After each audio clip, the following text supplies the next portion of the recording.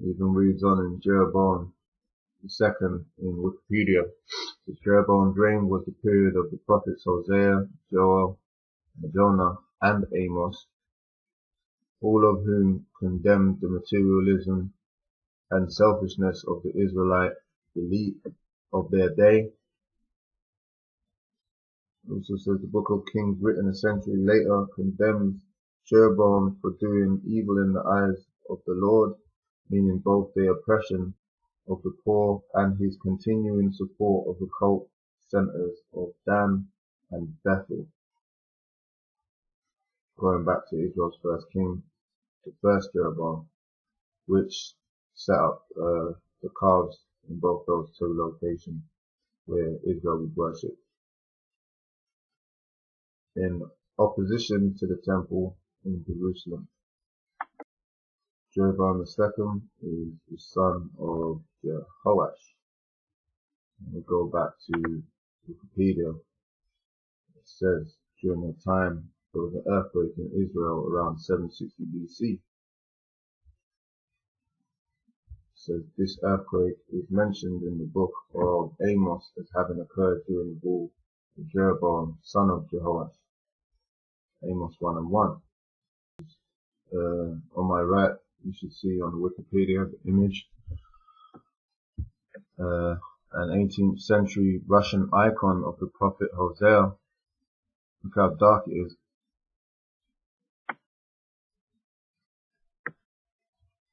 Iconostasis of Transfiguration Church, Kazi Monastery, Karelia, Russia. Alright, and there's images you can find of icons around the world, remnants of imagery depicting the saints, and it shows that they were men of color. And using iconoclasm, which is the depicting of images, defacing of images, they would remove the dark ink from the paintings and claim that it was through process of time where they would clean the images, which we know is being a lie, because they don't want you to know that the real Jews were people of a dark skin. Hosea means salvation. Hosea conducted his prophetic ministries in the northern kingdom of which he was a native. The image towards the left on the screen, which you should see, is another image of the prophet Hosea by Duccio di Buoninsegna in the Siena Cathedral, circa 1309 to 1311.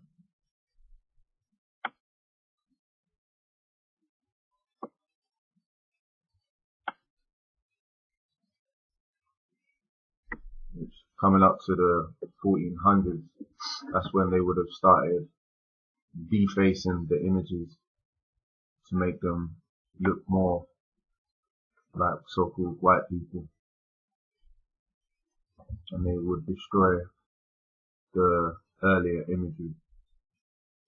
So you can still see on this image that they have dark skin. Another difference between the prophet Zechariah and the king Zechariah is one was the son of Berechiah, as said in Zechariah 1 and 1, which was the prophet, and the other, as I've probably said already, is the son of Jeroboam II.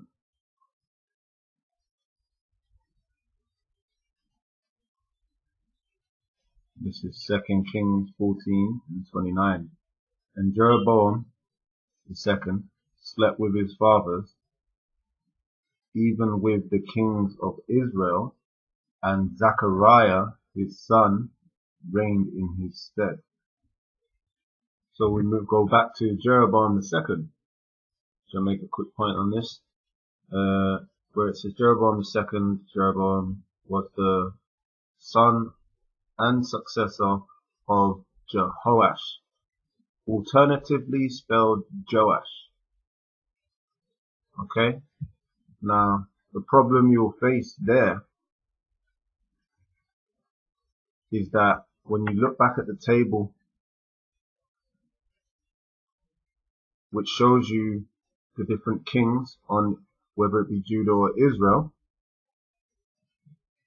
you've got Joash, the 8th king of Judah,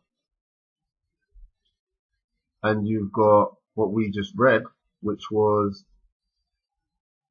Jehoash. But as we've just read, it said Jehoash. Another way of saying, a shorter way of saying Jehoash was Joash. So when you read the scripture, when it talks about from 2 Kings 14 and 23, it's talking about two different Joashes. That's why it's important to look at the table, which I may post in post-production, or to know the lineage of what father they go back to, and understand that the spellings can be the same, but it can be talking about a different person altogether. That's why the scriptures say to be prudent. 2 Kings 14 and 23. In the 5th year of Amaziah, let's go to Amaziah. Here he is, King of Judah. The son of Joash,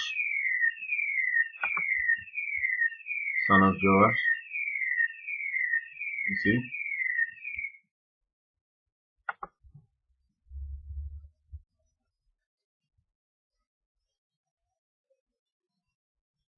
king of Judah, which he was the king of Judah.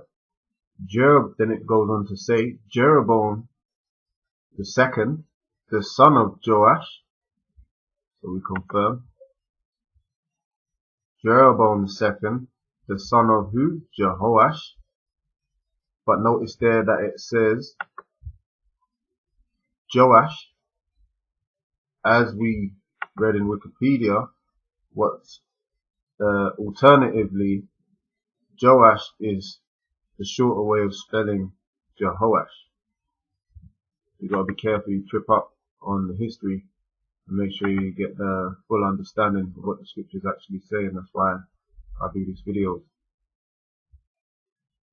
so you can get a better understanding of what's going on and at what time.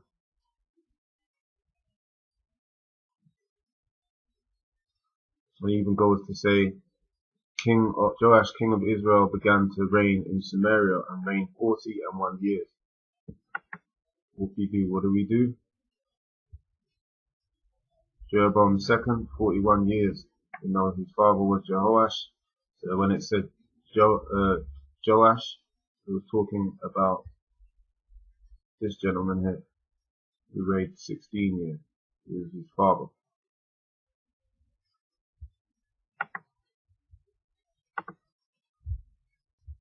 Again, same thing repeats itself with Jehoaz. Look on the table. We have Jehoaz 608 BC. He ruled for 3 months, the 17th king of Judah. And you had Jehoaz the 11th king of Israel in 814. Again, 2 different periods of time, and the one of Israel reigned 17 years. Again, prophets which were alive in their time was Jonah, Amos, and Hosea. Jehoaz the first says Yahweh has held, is what his name means, or Ahaz, which Ahaz being he has held. Okay.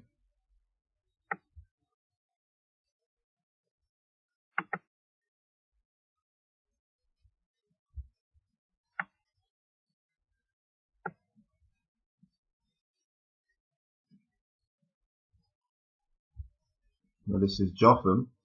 His wife's name is not recorded in the Bible. When he was 21 years old, he had a son named Jehoahaz, Jehoahaz, or Ahaz for short. So I'm not going to go into the scriptures significant to these two different people, but they both ruled in different times.